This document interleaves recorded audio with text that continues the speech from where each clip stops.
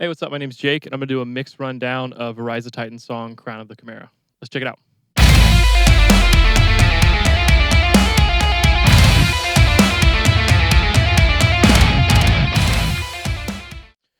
Cool.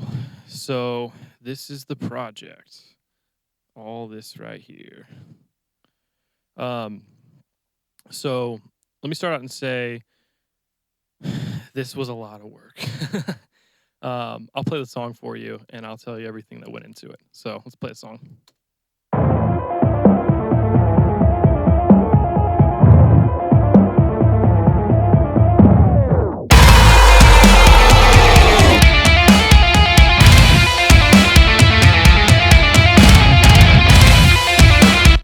Cool. So this project means a lot to me. I recorded this band in like 2014, 2015, somewhere around there.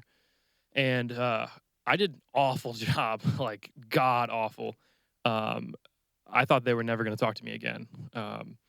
So this music, like this death metal, metalcore, whatever you want to call it, I hate my parents' music. It's very, very fast, very aggressive, a lot of notes, a lot of low frequencies. It's hard. It's really, really hard to record. And I just did a really bad job. I didn't know what I was doing. And so basically, I'll play you that old recording. It's really bad, just to show you.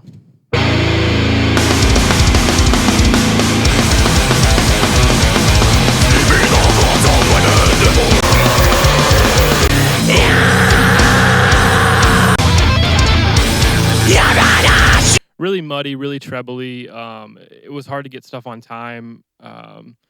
It was a nightmare. So the last about 3 years, I've been recording full time, and I thought that band was never going to talk to me again. Like we went through like 6 or 7 masters, and they didn't even release it. And I don't blame them. I would never talk to me again either. But the guitar player Kyle hit me up.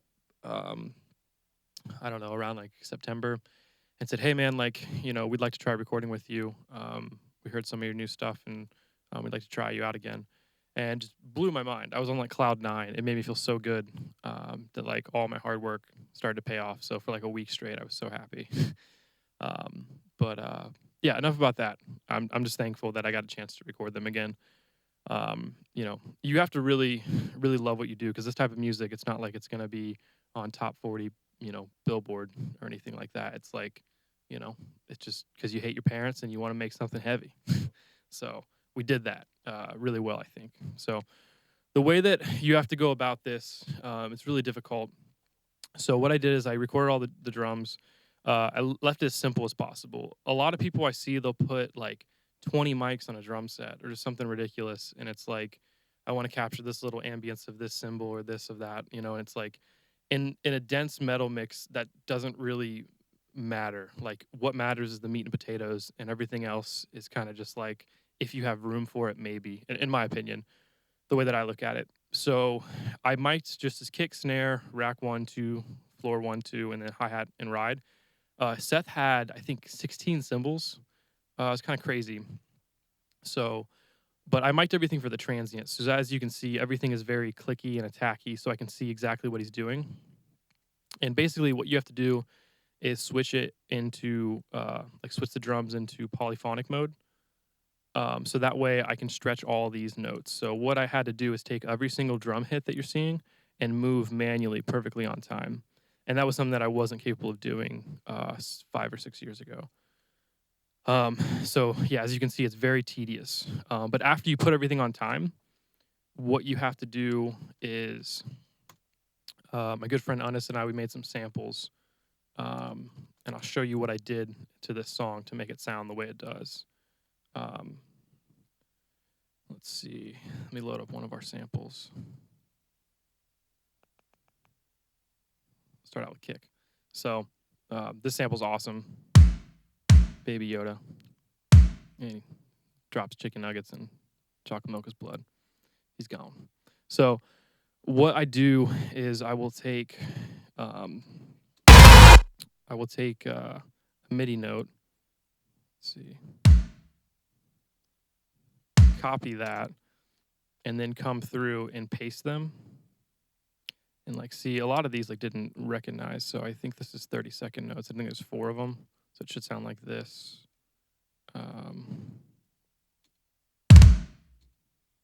Yeah. So then what you'll do is you'll just tab over and paste all the notes where they need to be after you put it on time. So you're literally just going through and doing this. And it took Seth and I 2 days to do 4 songs. And basically, this is all I'm doing, just sitting here and putting all these notes like that. And you do that with everything. So once you do that, you do that all the way. Once you do that, you got something like this. So you have a perfectly clean sample. And I think for this, they didn't have like the budget to sit down and build samples. So I think what I did is I used a bunch of samples. I'm a huge fan of blending samples, as many as I can get. I know one of the samples I used was from one of my favorite producers, Andrew Wade. He did like A Day to Remember and stuff. I used one of his snare samples. Yeah, it's just gnarly. So here is all the drums together after I put the samples. And these drum mics, I didn't even use. They're just used as like kind of like triggers. So here is here's it all together.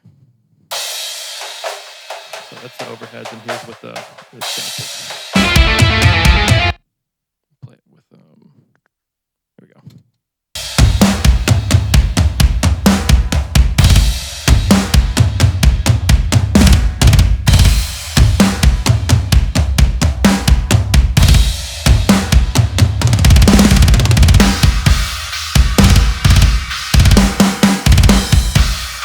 So super clicky, super attack heavy, really beefy metal samples. And I left the overheads. I cut out a bunch of low end in the overheads. That way I could have room for the like heavy guitars. The overheads by themselves are really airy. And that's just for room for the guitars. So like I said, they didn't have a big budget. I think they spent like $900, and I think they did 4.5 days, I think was what we did. And so because of that, they tracked all the guitars DI themselves. I think Kyle just has like a Focusrite 2i2. And their bass player, Paul, is the man. He gave me great bass tracks. I didn't have to do barely anything to him.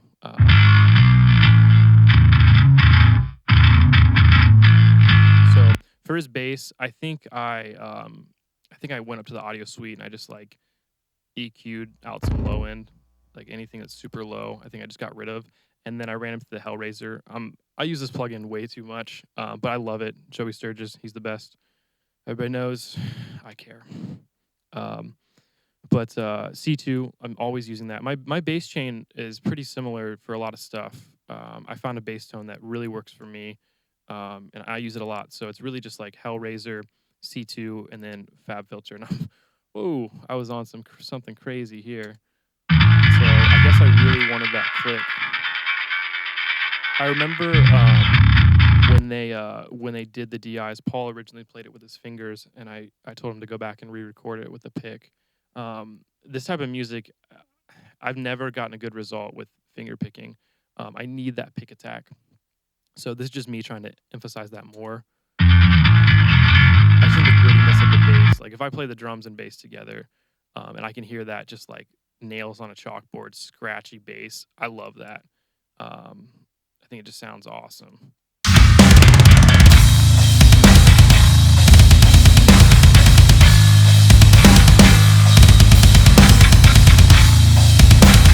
This.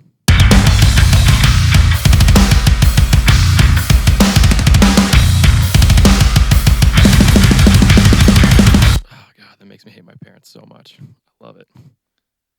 So angry. So yeah, I mean, pretty simple. Like I said, like meat and potatoes, like kick, snare, vocal, bass. Get that right, and everything else will kind of fall into place. So same thing. They DI'd the guitars.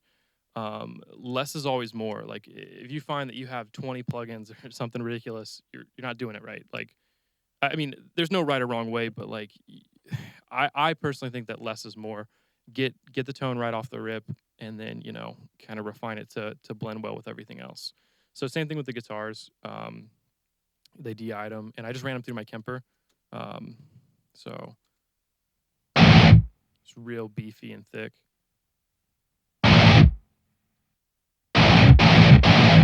Um, I did quantize a little bit of them before I committed them just to get them as tight as possible.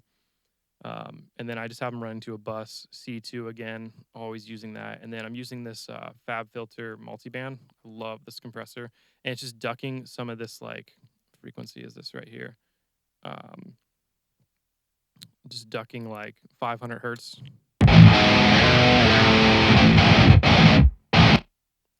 And that basically just like it kind of hold on. There we go. My outputs got changed.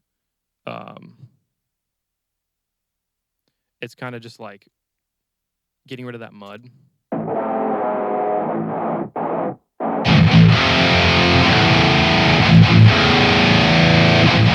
That real woofy kind of mud. It's just kind of getting rid of that.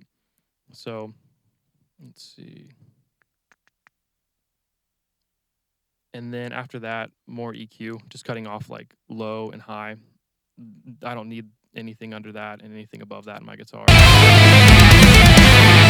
Just kind of noise. So the coolest thing about this, Clay, don't hate me, but their old guitar player Caleb wrote this song, and Clay had to learn it, and I commend him for that because the song's really hard. But I made Clay do it note by note because I want it to be perfect. So this is the guitar part.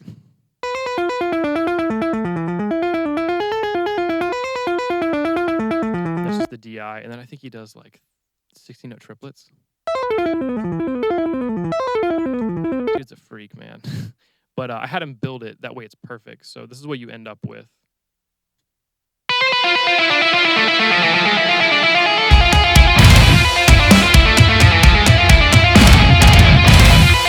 Sounds like Galaga.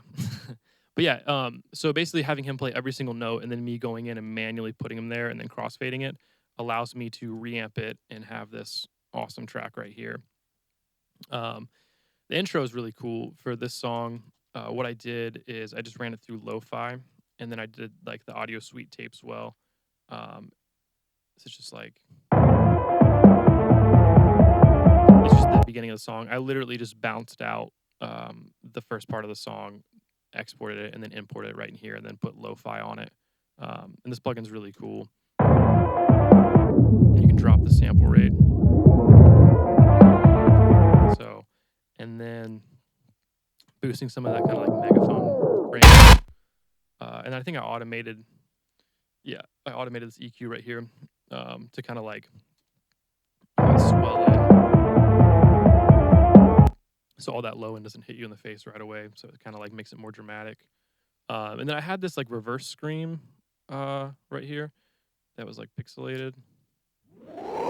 But it took away from like that drop down. You can't have like a swell up and a drop down and have it sound good at the same time.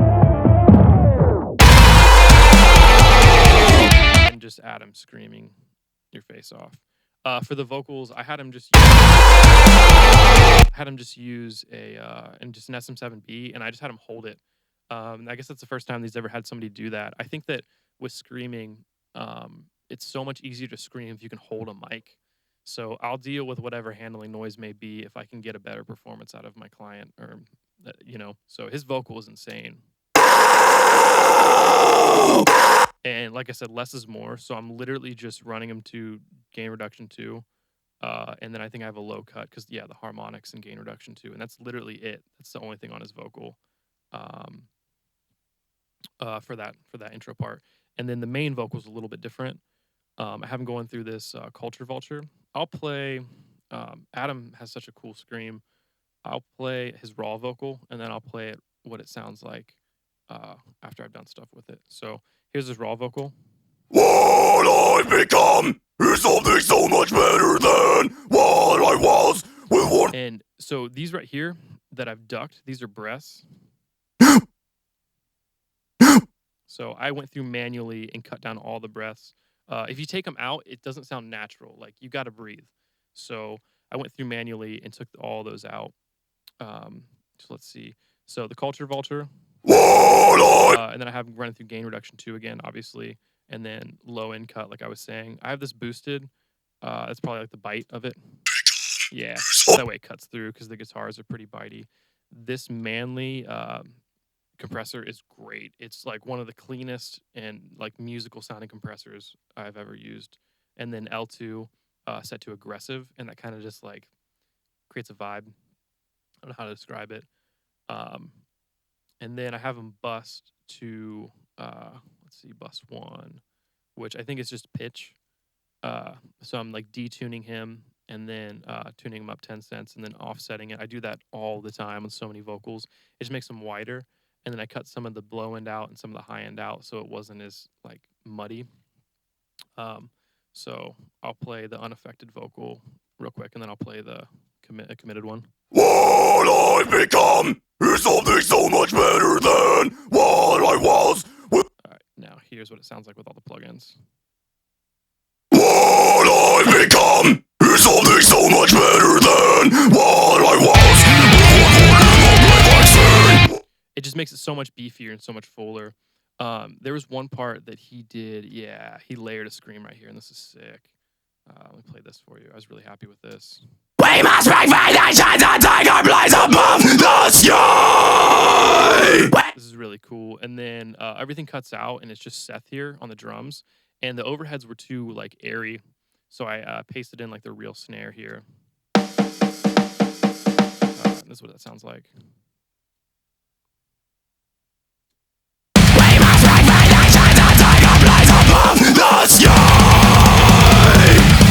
Yeah, so I mean that's pretty much it. You know, it's just getting it right off the rip, and there's just a bunch of little tedious stuff to make this type of music work. But I'm extremely thankful that I got to record them again, and I'm really happy with the way this EP turned out, and hopefully can make some more metal soon. But I mean that's basically the gist of it, everything that was in thrown into it.